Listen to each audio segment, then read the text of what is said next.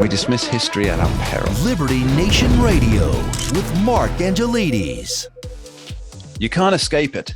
Whenever the subject of voting reform rears its head, especially when talking about making voter ID mandatory, the media and politicos jump on the bandwagon, ready to sing the song that Black Americans just can't get ID.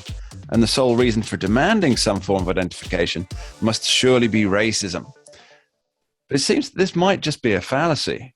To figure out the actual facts, we're joined by author and podcaster, host of A Fresh Perspective, Jeff Charles. He's been hitting the research on this topic. Welcome, Jeff. Yeah, thanks for having me on. So, Jeff, tell me, the whole idea of voter ID being racist, is it a myth or not? Yeah, it's a flat out lie, and people have known this for decades. And what's interesting about this, Mark, is that over the past year or so, maybe a couple of years, Democrats have been backing off of that talking point, especially in Georgia, because they've seen that people don't even buy it. I mean, even left-leaning publications have run stories talking about how voter ID does not disproportionately impact the Black community.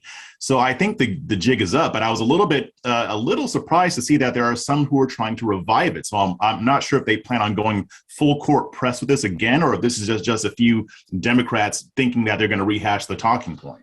Yeah, I did see Raphael Warnock of Georgia, and he said that I've never opposed voter ID, and in fact, I don't know anybody that did. And then, of course, on Twitter, all of the videos came out of. Same with Representative James Clyburn in South Carolina. Same thing. He tried to backtrack and say that, I don't know anybody who was talking against voter ID, but then, of course, he had. Yeah, the internet is forever. So, Jeff, let's delve into the numbers a little bit. You wrote a recent article on Liberty Nation that examined the claim that if IDs were required, it could disenfranchise 270,000 Georgians.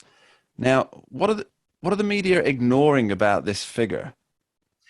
Yeah, I mean, as usual, the media lies by omission, right? So they're not asking the questions. I mean, what this specifically says, and they were referencing an Atlanta Journal-Constitution article, most likely. And all this means is that 272,000 don't have IDs on file with election officials. It does not necessarily mean that these people don't have identification. It just means that they're not on file with election officials, and that is it. On top of that, there is no evidence that this would amount to, or there's no evidence that this additional documentation that people are required to have if they don't have an ID would pose an insurmountable obstacle. I mean, you can still vote, you just have to provide a little bit extra documentation. It's not disenfranchising anybody.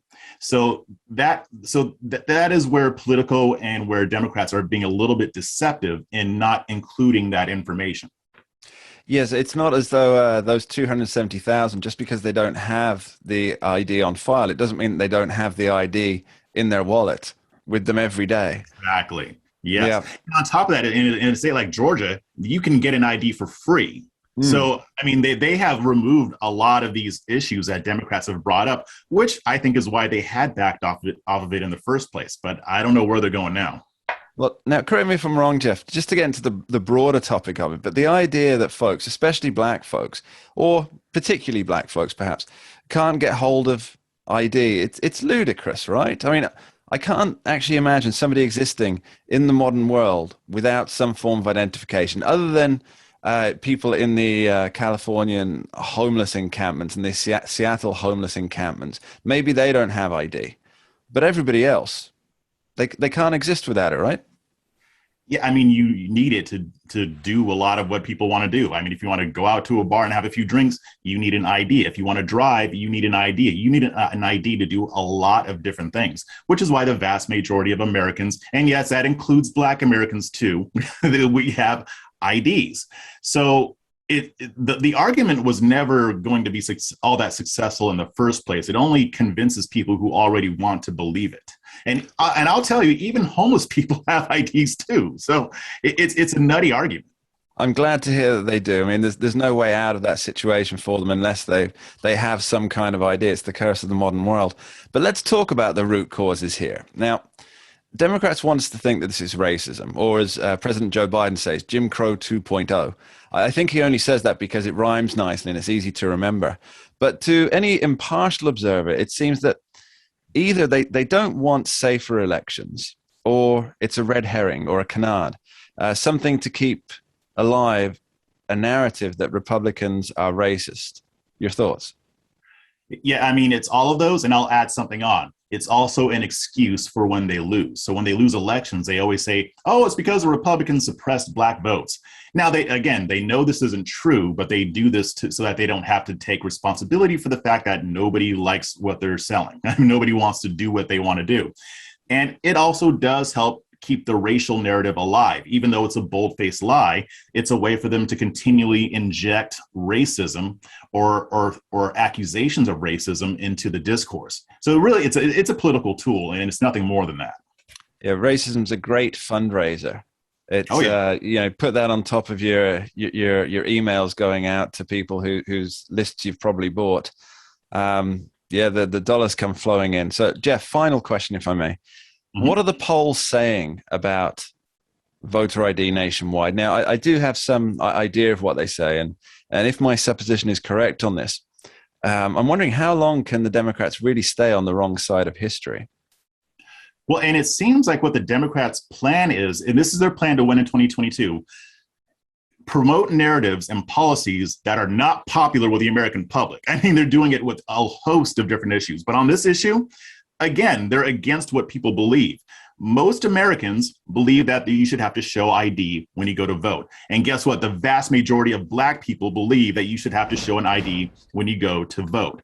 So it's very interesting that they're pushing this narrative when nobody believes it. Nobody's buying into this, and they're still trying. It's amazing the level of stupid that the Democratic Party is engaging in right now. Equaled only by their opposition in not coming up with the facts and figures to rebut it, I believe, Jeff. Jeff Charles, thank you ever so much. Much appreciated. Yeah, thanks for having me on. And we'll be right back after this short break. We dismiss history at our peril. Liberty Nation Radio with Mark Angelides. Who are we? We are Americans that believe in liberty. We are a project of the nonprofit One Generation Away. We are patriots who apply the founding principles to the issues of today. And they keep moving the goalposts on us. We are educators and commentators who love America and the Constitution. Who are we? We are Liberty Nation.